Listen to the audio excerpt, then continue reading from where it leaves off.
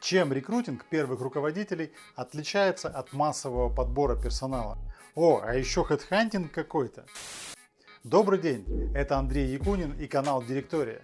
Сегодня мы с вами разберемся, когда лучше использовать массовый рекрутинг, а когда Executive Search. В чем основная проблема? Привычка экономить на подборе топ-менеджеров зачастую может влететь вам в копеечку. Используя врачебную метафору, надрез часто стараются делать хирургической пилой, а ногу иногда ампутируют скальпелем. Хотя должно быть наоборот. После просмотра этого ролика вы будете четко понимать, где наиболее эффективен каждый из этих подходов, и еще лучше разбираться, в чем разница между Executive Search и массовым рекрутингом. Готовы к исследованию неизведанных пирамид рекрутинга? Поехали! Кстати, основные этапы Executive Search мы разбирали в этом ролике. Ссылка будет в описании к этому ролику. Предлагаю без прелюдий сразу броситься с места в карьер. Итак, представьте себе самую обычную организацию. Не просветленные небожители типа Google или Facebook, а классическое производство, дистрибьюторская компания, нацкомпания на худой конец. Как выглядит их организационная структура? На что она похожа? Правильно, как египетская пирамида. Больше, меньше, шире, уже, но пирамида. Много людей в основании и единицы на самом верху. То же самое можно сказать и про весь рынок человеческого капитала. С одной стороны, пирамида – предложения потенциальных кандидатов, стремящихся подняться выше по карьерной лестнице. Играли в детстве в игру «Царь горы». Заберись на самый верх и постарайся там удержаться. С другой стороны, пирамида спроса, то есть вакансий от организаций. Первая и вторая пирамиды дополняют и уравновешивают друг друга. Руководителей не может быть больше, чем требуется рынку. Рабочих не может быть больше, чем предлагает рынок.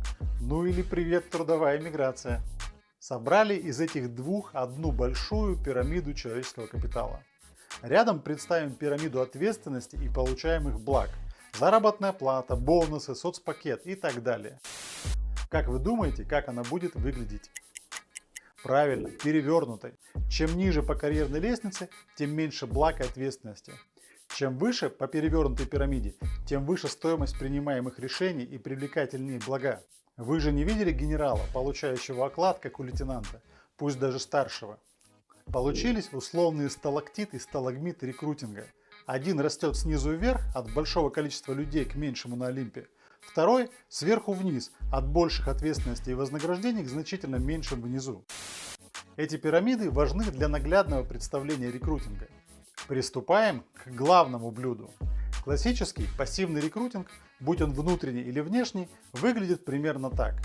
Рекрутер размещает объявления на электронных площадках, группах в Фейсбуке, ВКонтакте, Телеграм-каналах. Фильтрует резюме на HeadHunter и в собственной базе данных компании.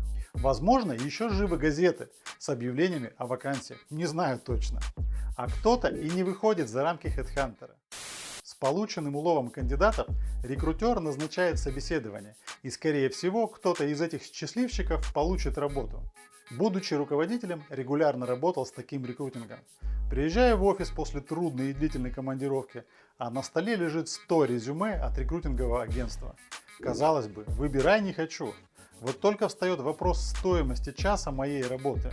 Сколько часов я потрачу на изучение вороха этих резюме и встреч с каждым кандидатом. Согласитесь, не за это компания платит директору высокую заработную плату. Рассказал про 100 резюме и подумал, что шутка про опытного HR-менеджера, сразу отправляющего 80 из 100 резюме в уничтожитель бумаги, шредер, и приговаривающего, зачем нам эти неудачники, не совсем шутка, а суровые будни отдела кадров. Если мы вернемся к нашей пирамиде, то сможем предположить, что нижняя и средняя ее часть – это люди, находящиеся в активном поиске новой, более привлекательной работы. Эти кандидаты легко откликаются на вакансии, регулярно обновляют свое резюме, свой профиль на HeadHunter. Их достаточно легко найти. В этой части пирамиды как раз и наиболее эффективен обычный рекрутинг. Эдакий заброс рекрутингового невода в кишащий кандидатами голубой океан, ну и потом проведение массовых интервью. Что же происходит в верхней части пирамиды? Тут происходит заметная трансформация рядовых сотрудников в топ-менеджеров. Как бабочки перерождаются они из гусениц. Во-первых, их уже становится не так много. Верх пирамиды не такой уж большой. Царь горы, помните? Во-вторых, они начинают пропадать из зоны видимости, скрывают профиль на HeadHunter, не изучают опубликованные вакансии. И вообще, у большинства из топов все достаточно хорошо на их текущем месте работы.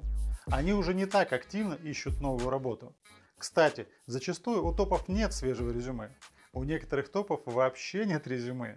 Знаю не один пример, когда консультант Executive Search составлял вместе с топом резюме с самого начала. Тут невод уже не закинешь. Интересное наблюдение из моего опыта. В западных странах у подавляющего большинства есть подробный профиль на LinkedIn. Это, как правило, хорошего тона. Иметь подробный, красивый профиль в этой социальной сети. Визитная карточка профессионала. Проверьте свой профиль. Возвращаемся к верху пирамиды. Вот здесь и показывает свою максимальную эффективность технология активного поиска Executive Search. Аналитики агентства просеивают рынок управленцев и идентифицируют каждого из работающих на рынке топ-менеджеров. Независимо от того, видно их или нет, рассматривают ли они новые предложения или нет, хотят они этого или не хотят. Всякое может случиться. Но знайте, где бы вы ни были, где бы я ни был, я всегда буду помнить о вас. Я обязательно вас найду. Вы же помните, что у большинства топов дела идут хорошо, и они не ищут новых возможностей. Кто-то ожидает солидный бонус по итогам проекта в текущей компании, кого-то манит карьерный резерв корпорации, кто-то просто построил свою уютную команду и кайфует. Консультанты Executive Search должны обладать хорошими навыками переговоров, чтобы убедить потенциального кандидата принять участие в серии интервью. Знаете, какой вопрос чаще всего задают топы при первом разговоре с консультантом Executive Search? А как вы нашли меня? Я же не отправлял никому свое резюме. Если рекрутинг чаще всего ведется одним консультантом и может быть пассивным или с элементами активного поиска, то технология Executive Search всегда активный поиск команды специалистов как минимум из 3 человек, а чаще всего 4-5. Это более сложный и специфичный процесс. Кстати, а что такое хедхантинг-то? Если Executive Search – это активный поиск руководителя или специалиста с заданными профессиональными и личностными компетенциями, то хедхантинг – это переманивание конкретного человека из конкретной компании. Как если бы Сбер захотел схантить Моргенштерна к себе из Альфы.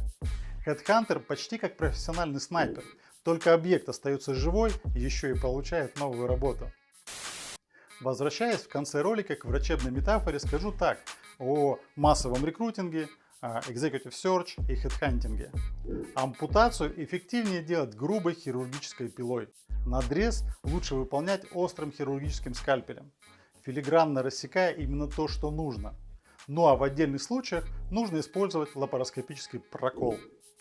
На практике же я чаще вижу использование грубой хирургической пилы для выполнения всех рекрутинговых операций в наших компаниях. Друзья, спасибо за ваше внимание. Оставляйте свои комментарии, подписывайтесь на канал. С вами был Андрей Якунин. Пока. А что тут понимать-то? Где хошь, говорит, найду и горло перережу.